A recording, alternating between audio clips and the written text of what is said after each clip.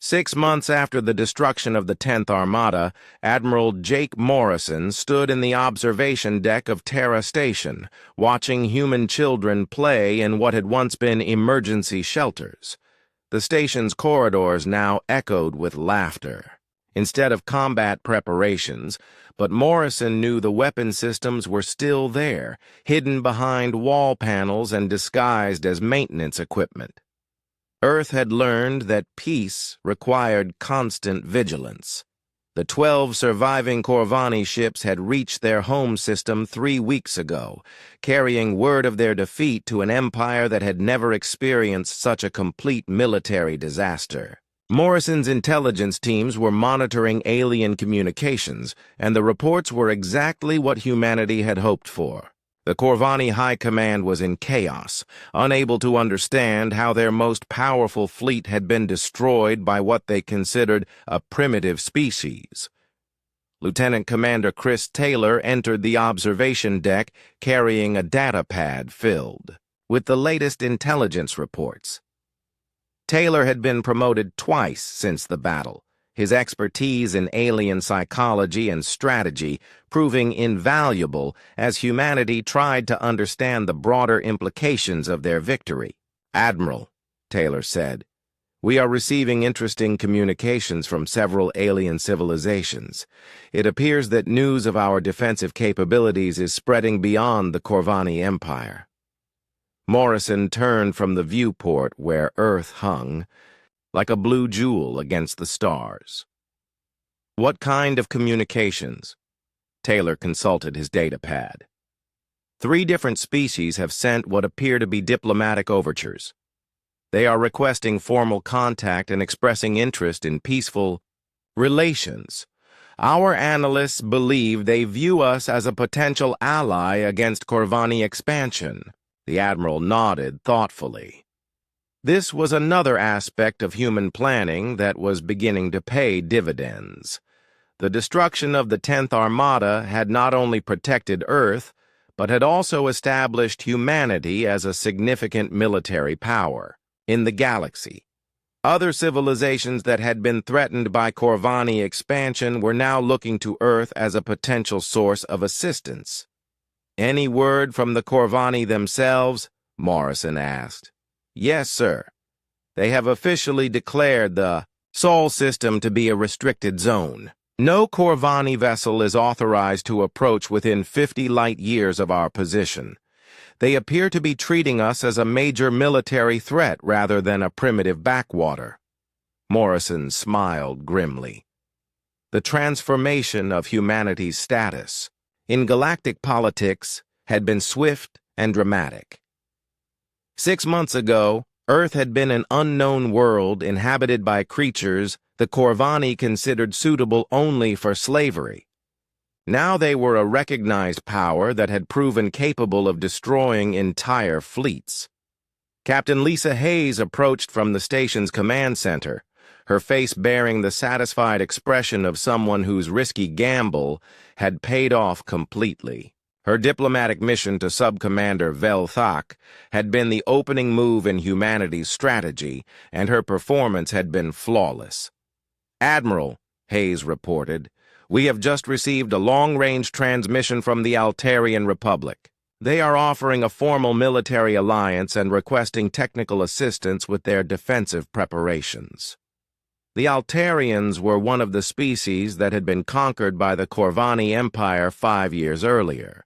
Their home system was still under alien occupation, but their government in exile had maintained resistance operations from hidden bases in deep space. The offer of alliance represented a significant opportunity for humanity to extend its influence and gather intelligence about Corvani military capabilities. Morrison considered the implications carefully. Earth's strategy had always been defensive, focused on protecting the solar system rather than projecting power across the galaxy. But the success of their defensive preparations had created opportunities that the original planners had not anticipated. "What is the assessment of our strategic planning committee?" Morrison asked. Taylor consulted his datapad again. They recommend cautious engagement.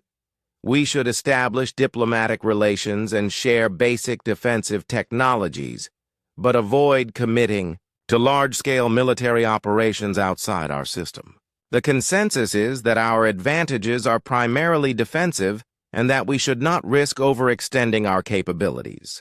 This was sound military thinking, but Morrison knew that Earth's situation was more complex than simple strategic calculations. Humanity had demonstrated that even technologically inferior species could defeat superior enemies through careful planning and innovative tactics. This lesson was spreading throughout the galaxy, inspiring resistance movements and causing imperial powers to reconsider their expansion strategies. Dr. Matt Rogers joined the group, his scientific mind still processing the enormous success of the weapons systems he had helped design. The conversion of the solar system into a defensive installation had exceeded even his most optimistic projections, and the victory over the Corvani had validated decades of theoretical work. "Admiral," Rogers said, "I have been analyzing the captured Corvani technology, and the implications are fascinating. Their weapons and defensive systems are indeed more advanced than ours, but they are also more specialized. They are designed for conventional fleet engagements and perform poorly against unconventional tactics. This was valuable intelligence that confirmed humanity's strategic approach. The Corvani Empire had become powerful by perfecting a specific type of warfare, but their very success had made them vulnerable to enemies who fought differently. Other imperial powers in the galaxy likely suffered from similar limitations. The more important discovery," Rogers continued, "is that their technology is heavily standardized across their entire military. The weapons and systems we captured from the 10th Armada appear to be identical to equipment used throughout their empire. This means that our defensive strategies should be effective against any Corvani force." Morrison nodded, but his expression remained cautious. "What about other alien empires? Are they likely to have similar limitations?" "Unknown," Rogers admitted. "But the pattern we have observed suggests that successful imperial powers become conservative in their military thinking. They tend to rely on proven tactics and standardized equipment rather than innovation. This could be a general weakness we can exploit." From his position monitoring communications, Chief Engineer Tony Blake called out with excitement in his voice. "Admiral, we are receiving a priority transmission from deep space. It appears to be coming from a previously unknown human colony." Morrison felt a chill of surprise. "Unknown colony?" Blake checked his instruments carefully before responding. "Yes, sir. They identify themselves as the crew of the UES Explorer, a deep space research vessel that was presumed lost 20 years ago. They claim to have established a settlement in the Vega system and are requesting permission to return home." The existence of human settlements beyond the solar system was a development that nobody had anticipated. The Explorer had been one of humanity's first interstellar missions, launched before the discovery of the Corvani Empire and the subsequent focus on defensive preparations. Its crew had been given up for dead when their last transmission was received 15 years ago. "Put them through," Morrison ordered. The main communication screen activated, showing the face of a middle-aged man wearing a modified human uniform. Behind him, Morrison could see what appeared to be the bridge of a spacecraft, but the equipment looked different from standard human designs. "This is Captain Mark Sullivan of the UES Explorer," the man said. "We received your galactic broadcast about the defeat of the Corvani fleet. Admiral Morrison, we request permission to return to Earth and report on our mission findings." Morrison stared at the screen, his mind racing through the implications. "Captain Sullivan, we believed your vessel was lost. What is your current status? Sullivan smiled broadly. We are very much alive, Admiral. We established a colony on Vega. 4 and have been developing advanced technologies based on discoveries we made during our exploration. When we detected the Corvani invasion fleet approaching Earth, we prepared to mount a rescue mission, but it appears that was unnecessary. The captain's next words sent a shock through everyone listening. Admiral, you should know that Earth is not alone out here. We have made contact with 17 other human colonies that were established by deep space missions over the past 50 years. We have been building a network of settlements and defensive installations throughout this region of the galaxy. Morrison felt the foundations of his understanding shift dramatically. Humanity's victory over the Corvani had been impressive, but it was apparently only part of a much larger story. The species that aliens had dismissed as primitive had quietly spread across dozens of star systems, establishing colonies and developing technologies in complete secrecy. Captain, Morrison said carefully, how many humans are we talking about? Sullivan consulted something off-screen before responding. Current population of all colonies combined is approximately 40 million. People, Admiral. We have military installations in 12 systems and defensive agreements with several alien species that the major empires have never encountered. The revelation that humanity had unknowingly built an interstellar civilization changed everything. Earth's defensive victory was no longer an... Captain Jake Morrison stood on the bridge of the human ship Liberty's Edge and watched the stars through the main screen. The ship was quiet except for the soft hum of engines and the beeping of computers. Jake had been captain for 5 years now, and he loved the peace of deep space. That peace ended when the communication console started flashing red. Commander Lisa Brooks turned from her station with a worried look on her face. She had been Jake's second-in-command for 3 years, and he trusted her judgment completely. Captain, we have an urgent message from the Galactic Council, Lisa said. Her voice was calm, but Jake could hear the concern underneath. It's marked as Priority 1 and requires immediate viewing. Jake nodded and walked to the center of the bridge. The main screen changed from showing stars to displaying the symbol of the Galactic Council.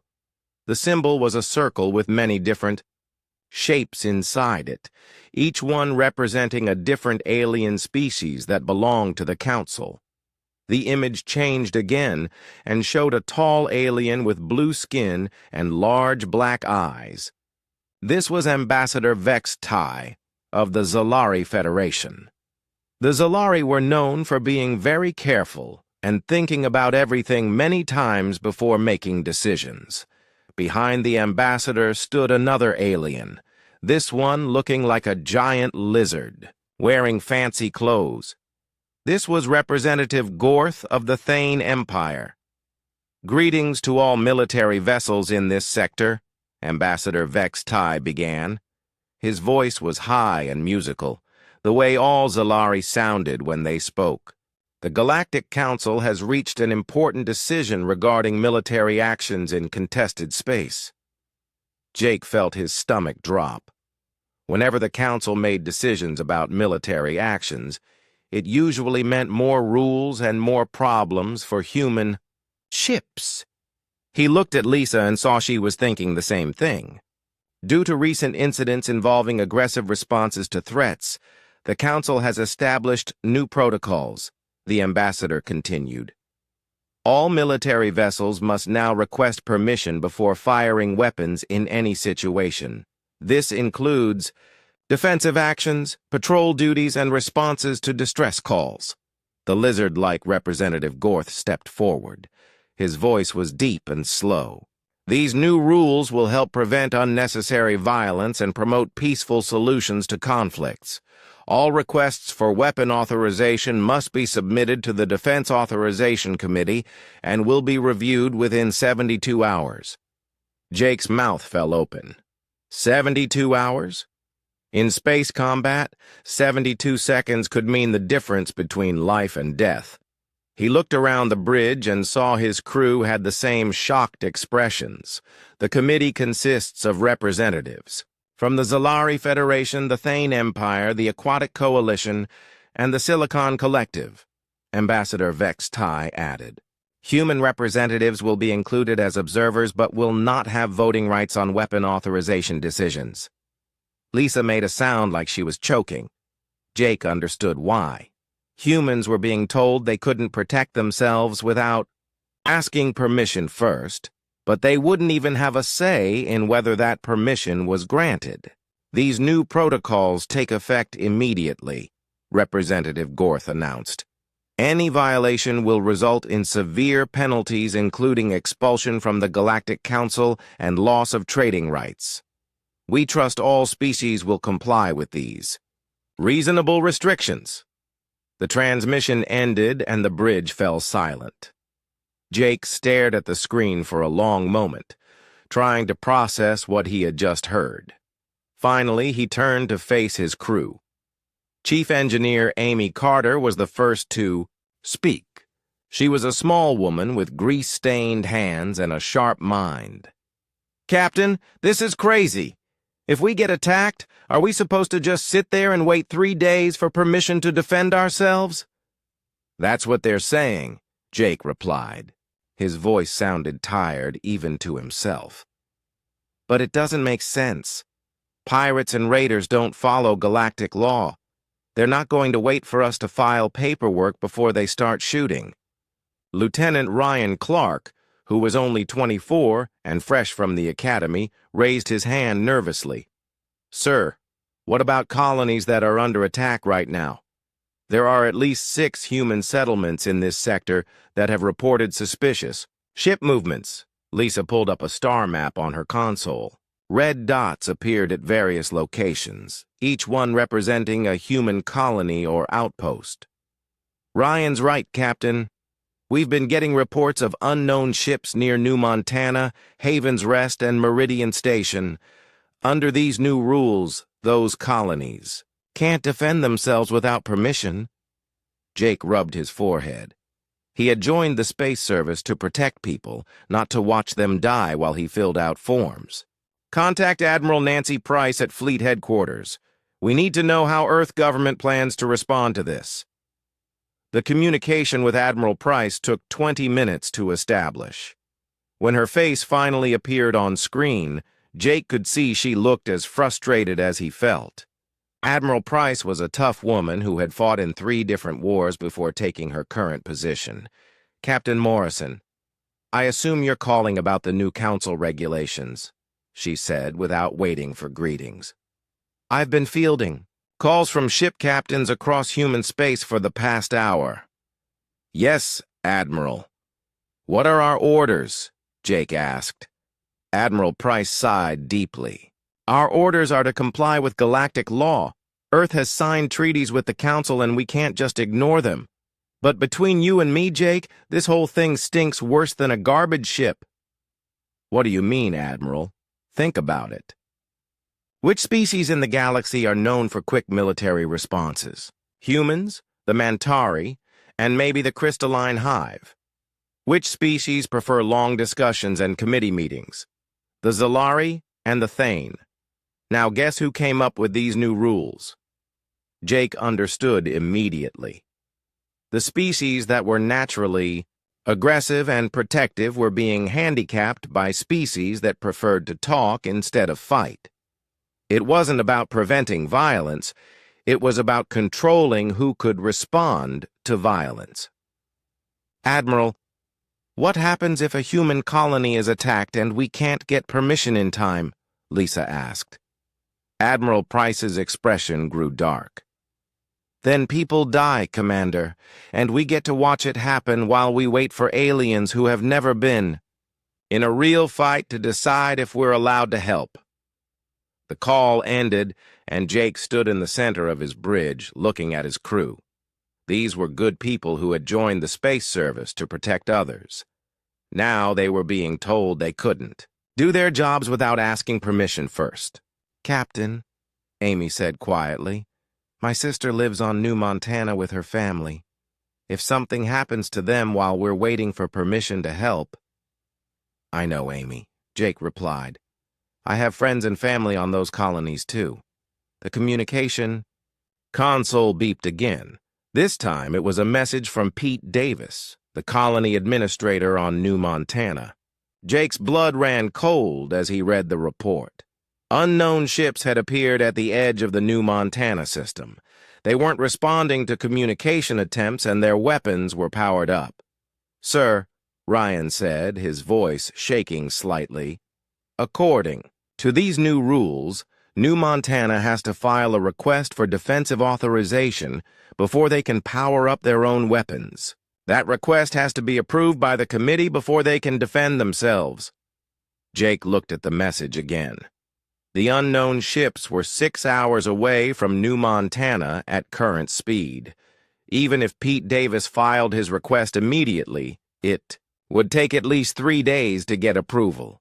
The math was simple and terrifying. Set course for New Montana, Jake ordered. Sir, we don't have authorization to respond, Lisa pointed out. Jake turned to look at her. Then we'd better hope we don't need to fire our weapons.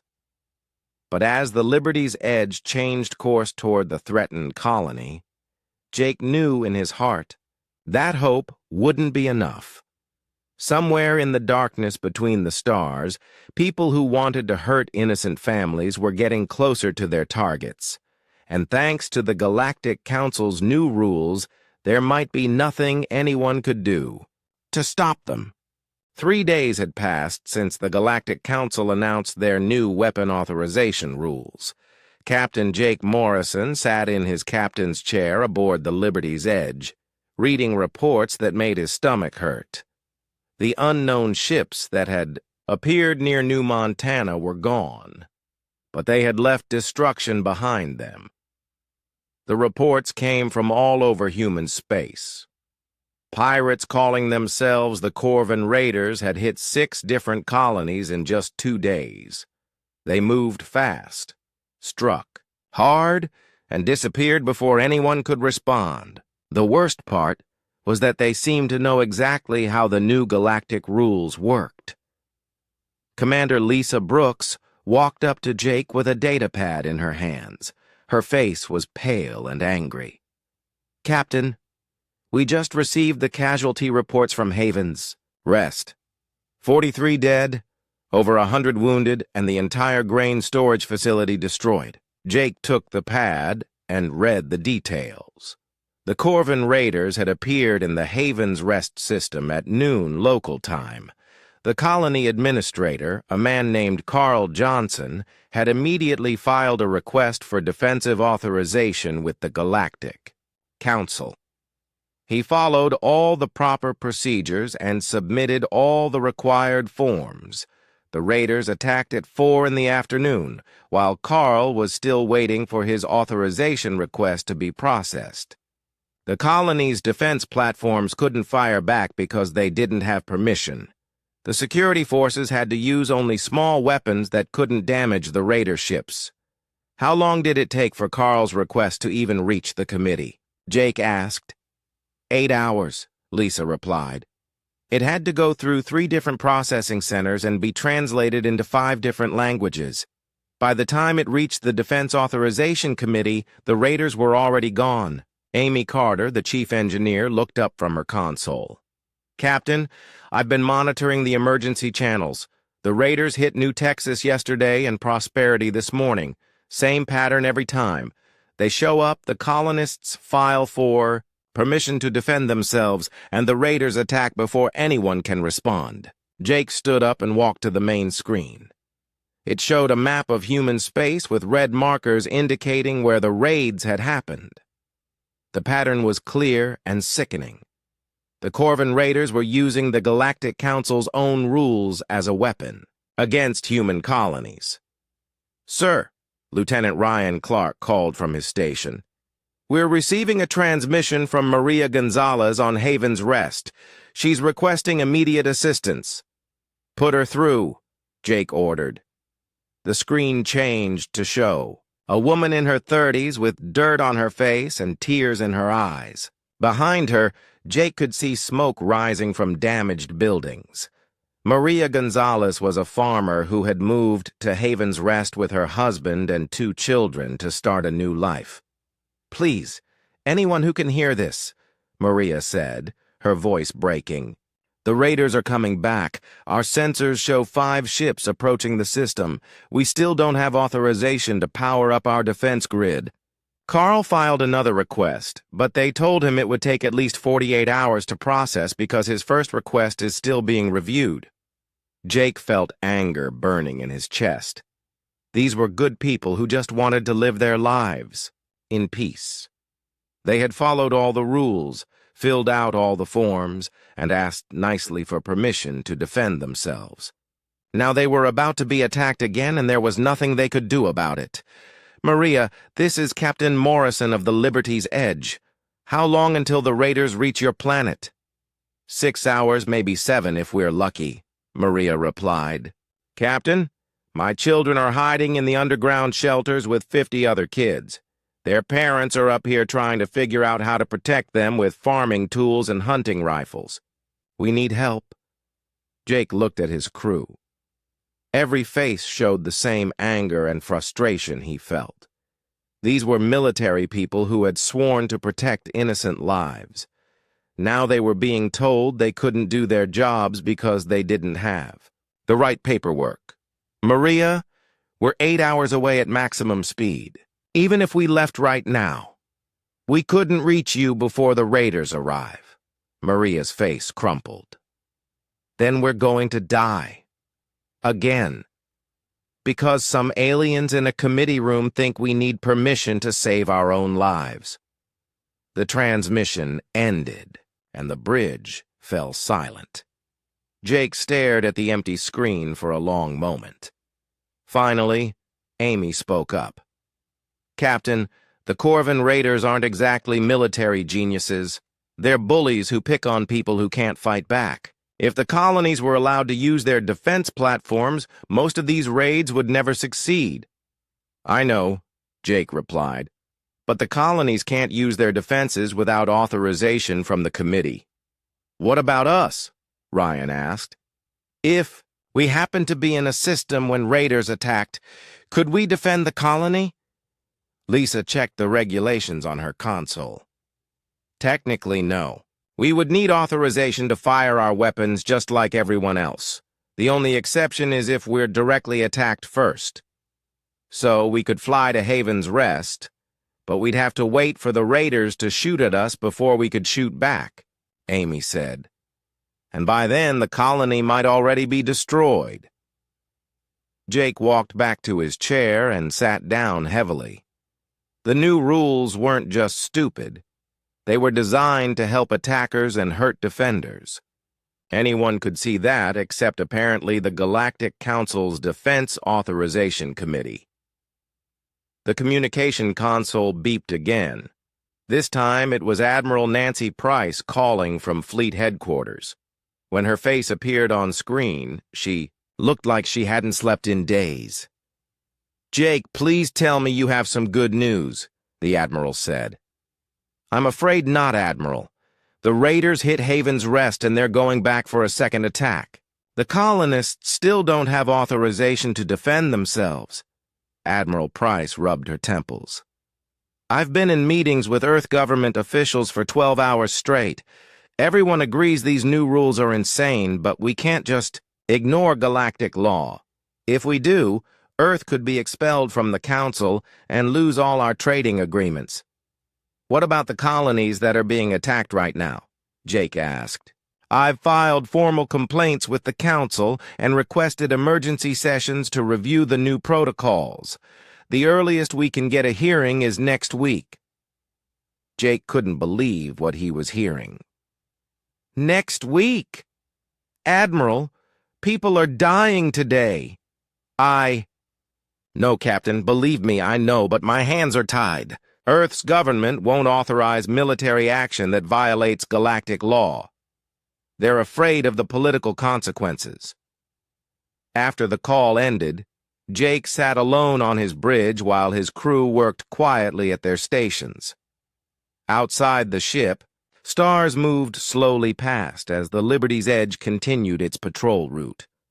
Somewhere out there, families were hiding in shelters while pirates approached their homes. Somewhere else, committees of aliens were having long discussions about proper procedures and paperwork requirements.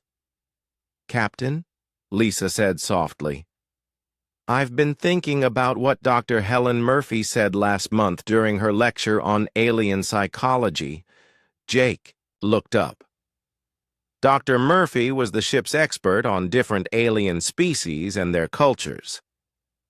"What did she say?" She explained that the Zalari and Thane species evolved on worlds without major predators. They never had to develop quick fight or flight responses like humans did. For them, sitting down and talking about problems for hours or days is natural. They literally can't understand why we think speed matters in dangerous situations. "That explains a lot," Amy said from her station. "To them, taking 3 days to decide whether someone can defend themselves probably seems perfectly reasonable." Ryan looked up from his console.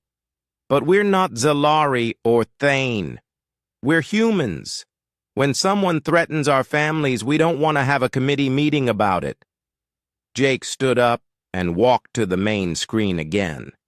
The star map still showed the red markers where colonies had been attacked. More markers were appearing as new reports came in.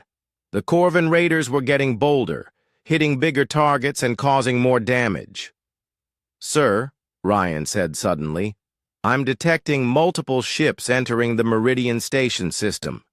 Configuration matches Corvin raider vessels." Meridian Station was a major trading post with over 10,000 people living and working there. If the raiders attacked it, the casualties would be enormous. Jake grabbed the communication controls and tried to contact the station. "Meridian Station, this is Captain Morrison of the Liberty's Edge. We show hostile ships approaching your position. What is your defensive status?" The response came from Commander Rick Foster, the station's security chief. "Captain Morrison, we're tracking the hostile ships, but we don't have authorization to power up our weapons. We filed our request 6 hours ago, but haven't heard anything back from the committee." Jake closed his eyes and made a decision that would change everything. "Rick, those ships will reach you in less than 2 hours. File whatever forms you need to file, but start evacuating non-essential personnel to the inner sections of the station." "Copy that, Captain. What about you? Are you going to help us?" Jake looked at his crew. Every one of them was watching him and waiting for his answer. These were the people he had served with for years. They trusted him to make the right choice, even when that choice was dangerous. "Rick, we're experiencing some communication difficulties with Fleet Headquarters," Jake said carefully. "We might not receive any orders telling us not to come help you." There was a pause. Then Rick's voice came back with something that might have been a laugh. The Liberty's Edge dropped out of faster-than-light travel at the edge of the Meridian Station system. Captain Jake Morrison immediately saw the situation was worse than he had expected. 5 Corvin raider ships were already attacking the station, their weapons firing bright beams at the defenseless structure. "Report!" Jake ordered as his crew rushed to their battle stations. Commander Lisa Brooks checked her sensors and her face went pale. "The raiders have been attacking for 20 minutes. Meridian Station's shields are down to 30% and they still don't have authorization to return fire." On the main screen, Jake could see the massive trading station rotating slowly in space while enemy ships circled it like wolves attacking a wounded animal. Explosions bloomed across the station's hull as the raiders targeted important systems. People were dying while committees on distant worlds discussed proper procedures. "Sir, incoming transmission from Meridian Station," Lieutenant Ryan Clark reported. Commander Rick Foster appeared on screen. His uniform was torn and there was blood on his forehead. Behind him, Jake could see smoke and sparks from damaged equipment. "Captain Morrison, thank God you're here," Rick said. "We've lost Outer Docking Ring 3 and the raiders are targeting our power generators. If they destroy those, we'll lose life support for the entire station." "What about your weapons authorization?"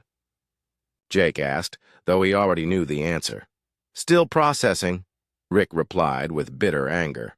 "The committee sent us a message saying our request was being reviewed by a subcommittee which needs to send it to another subcommittee, which will eventually make a recommendation to the main committee. They estimate a decision within 48 hours. Jake felt rage burning in his chest.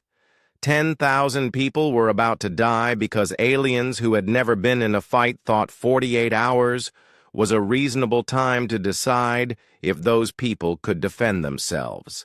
"Rick, get your people to emergency shelters. We're going to handle this." "Captain, you don't have authorization either," Rick pointed out. Jake looked at his crew. Chief Engineer Amy Carter was already charging the ship's weapons. Chief Weapons Officer Tony Martinez was targeting the enemy ships. Navigator Beth Williams was plotting attack courses that would put the Liberty's Edge between the raiders and the station. "Sometimes you don't ask for permission," Jake said. "Sometimes you just do what's right." He switched to ship-wide communication. "All hands, this is the captain. We are about to engage hostile forces without authorization from the Galactic Council. Anyone who doesn't want to be part of this can report to the shuttle bay and transfer to Meridian Station. I won't think less of anyone who chooses to follow regulations instead of my orders."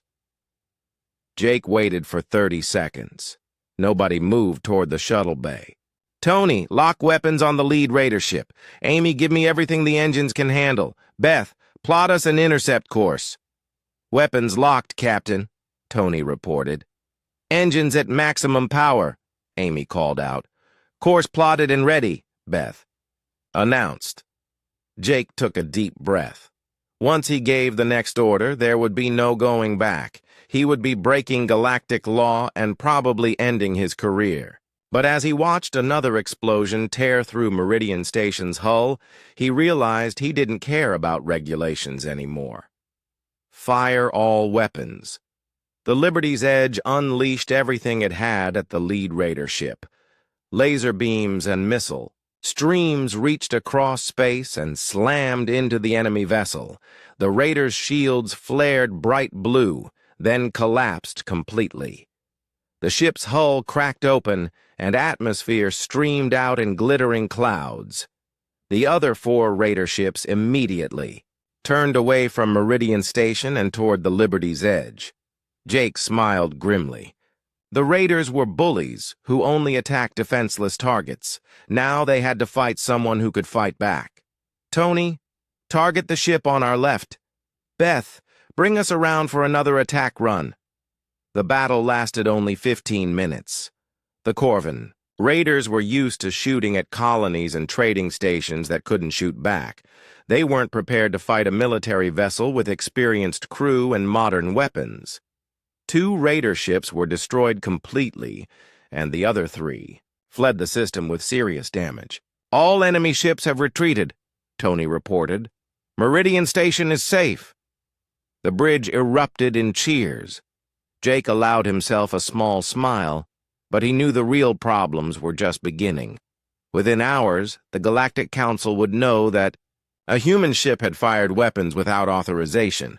There would be investigations, trials, and probably court-martials.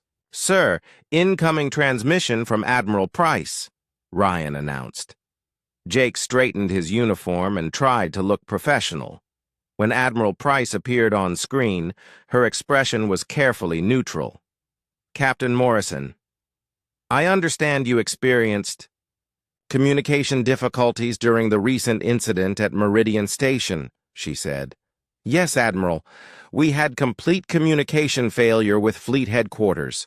Couldn't receive any orders at all." Admiral Price nodded slowly. "Communication problems are unfortunate, but they do happen sometimes.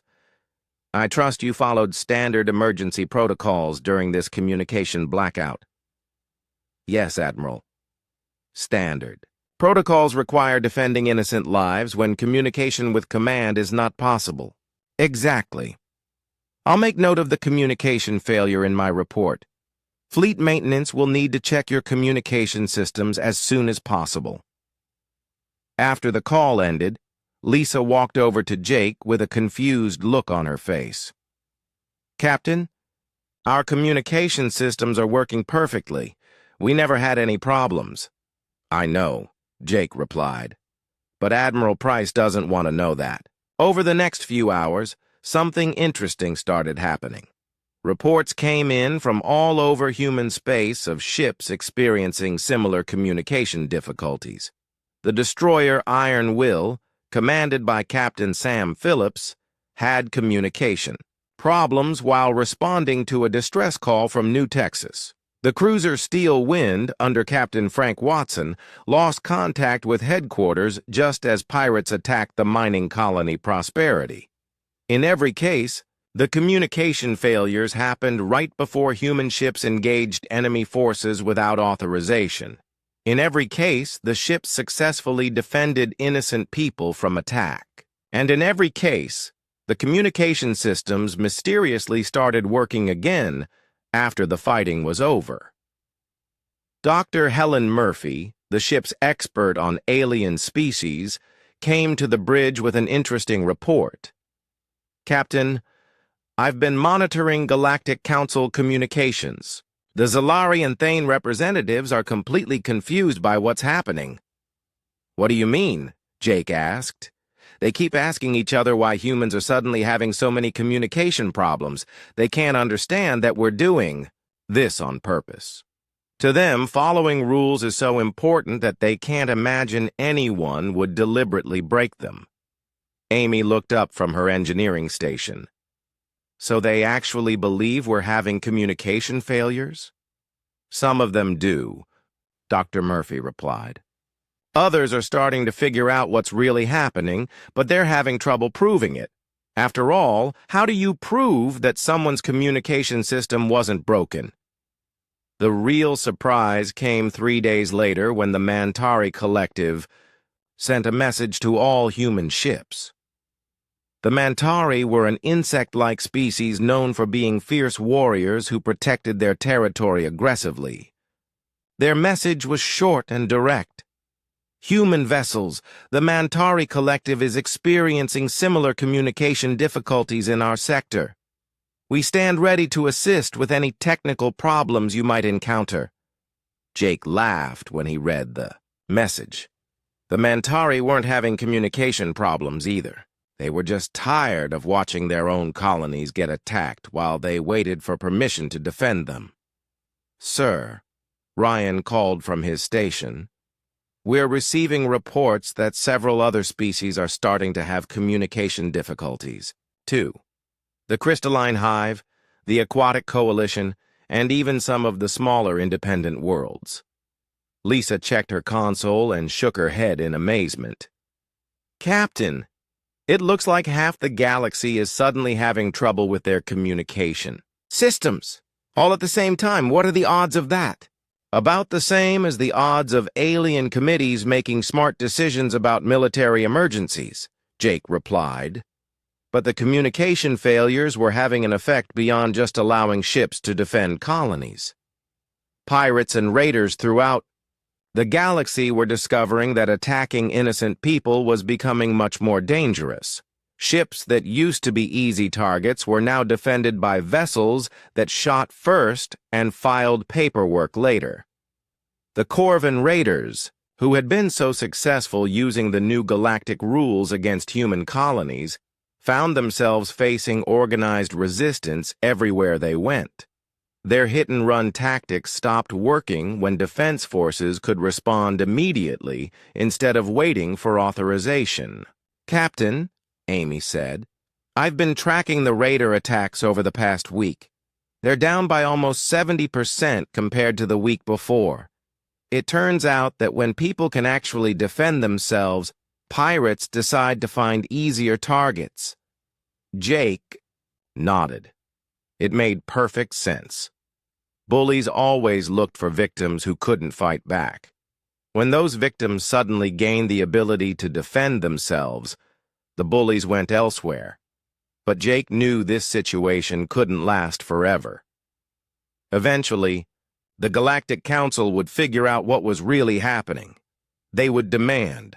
The investigation began immediately. Captain Jake Morrison received orders to report to Galactic Council headquarters on the neutral world of Harmony Prime within 48 hours. He wasn't the only one. Captain Sam Phillips of the Iron Will, Captain Frank Watson of the Steel Wind, and 12 other human ship commanders received similar summons.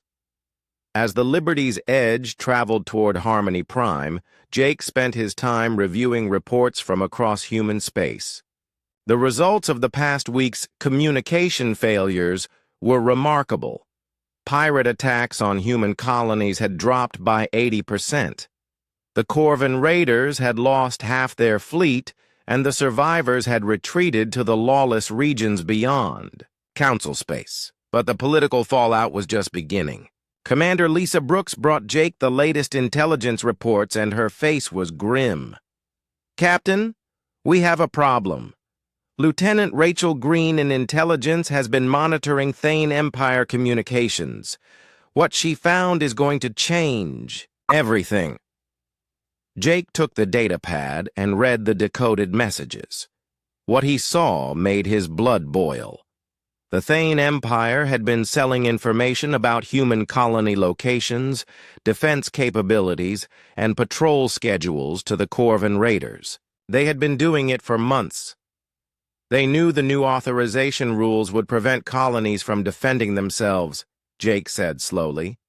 And they made sure the raiders knew exactly when and where to attack. Lisa nodded. It gets worse. The Thane representatives pushed hard for the 72-hour authorization requirement. Internal messages show they specifically wanted to make sure response times would be too slow to help anyone. Amy Carter, who had been listening from her engineering station, looked up with anger in her eyes. So this whole thing wasn't about preventing violence. It was about making sure humans couldn't stop violence against them. That's exactly what it was, Jake replied. The question is, what do we do about it? Before anyone could answer, Lieutenant Ryan Clark called out from his communication station. "Captain, priority message from Admiral Price. She wants to speak with you privately." Jake took the call in his ready room. Admiral Nancy Price appeared on his personal screen, and she looked tired but determined. "Jake, I need you to know what you're walking into on Harmony Prime. The Zalari and Thane representatives are calling for your court-martial and demanding that Earth surrender you for trial under galactic law." "I understand, Admiral. What's Earth's position?" Admiral Price smiled grimly. "Earth's position is that we stand behind our people. The intelligence report about Thane involvement with the raiders has reached the highest levels of government. We're not going to let them use their own conspiracy as an excuse to punish you for stopping it." "What does that mean, practically speaking?"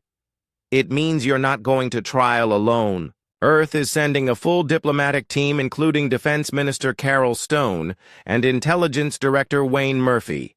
If the Council wants to accuse you of wrongdoing, they'll have to explain why they created rules that helped raiders attack innocent people." After the call ended, Jake returned to the bridge feeling slightly better about his situation. But he knew the real test would come when he faced the Council directly. The Liberty's Edge arrived at Harmony Prime 12 hours later. The planet was specifically designed to be neutral ground for galactic politics. It had no native species, and its cities were built to accommodate the needs of many different alien races. Jake had been there twice before for routine diplomatic meetings, but this time felt very different. Captain Sam Phillips was waiting for Jake at the spaceport. Sam was a veteran commander who had fought in the border wars and earned a reputation for tactical brilliance. His ship, the Iron Will, had saved 3 different colonies during the recent communication failures. "Jake, good to see you," Sam said as they shook hands. "I hope you're ready for this circus. The Thane representatives have been giving interviews to every news service in the galaxy, claiming we're dangerous warmongers who threaten galactic peace." "What about the evidence of their involvement with the Raiders?" Jake asked. "That's where things get interesting. The Zalari representatives are furious about the Thane betrayal. Apparently, they really believed the authorization rules were about preventing violence. When they found out the Thane were using those rules to enable violence, they started questioning everything." Jake and Sam were joined by the other accused captains at the council building. Captain Frank Watson looked calm and professional despite facing charges that could end his career. Captain Sharon Adams, who had led the defense of the mining world, Prosperity, seemed almost eager for the confrontation. "I've been waiting 20 years for a chance to tell alien bureaucrats what I really think of their committees," Sharon said with a fierce smile. "If they want to court-martial me for saving, leaves let them try." The hearing began in the council's main chamber, a vast circular room with seating for representatives from over 100 different species. Jake had never seen so many different types of aliens in one place. There were the tall, thin Zalari, with their blue skin and large eyes, the massive lizard-like Thane in their ornate robes, the insect-like Mantari with their clicking voices and compound eyes. Dozens of other species Jake didn't recognize filled the remaining seats. Ambassador Vextai of the Zalari Federation called the session to order. His musical voice echoed through the chamber as he read the charges against the human captains. The accused stand before this council, charged with deliberately violating the defense authorization protocols, engaging hostile forces without proper permission, and undermining the authority of this governing body. Representative Gorth of the Thane Empire stood to address the chamber. His deep, slow voice carried clearly to every corner of the room.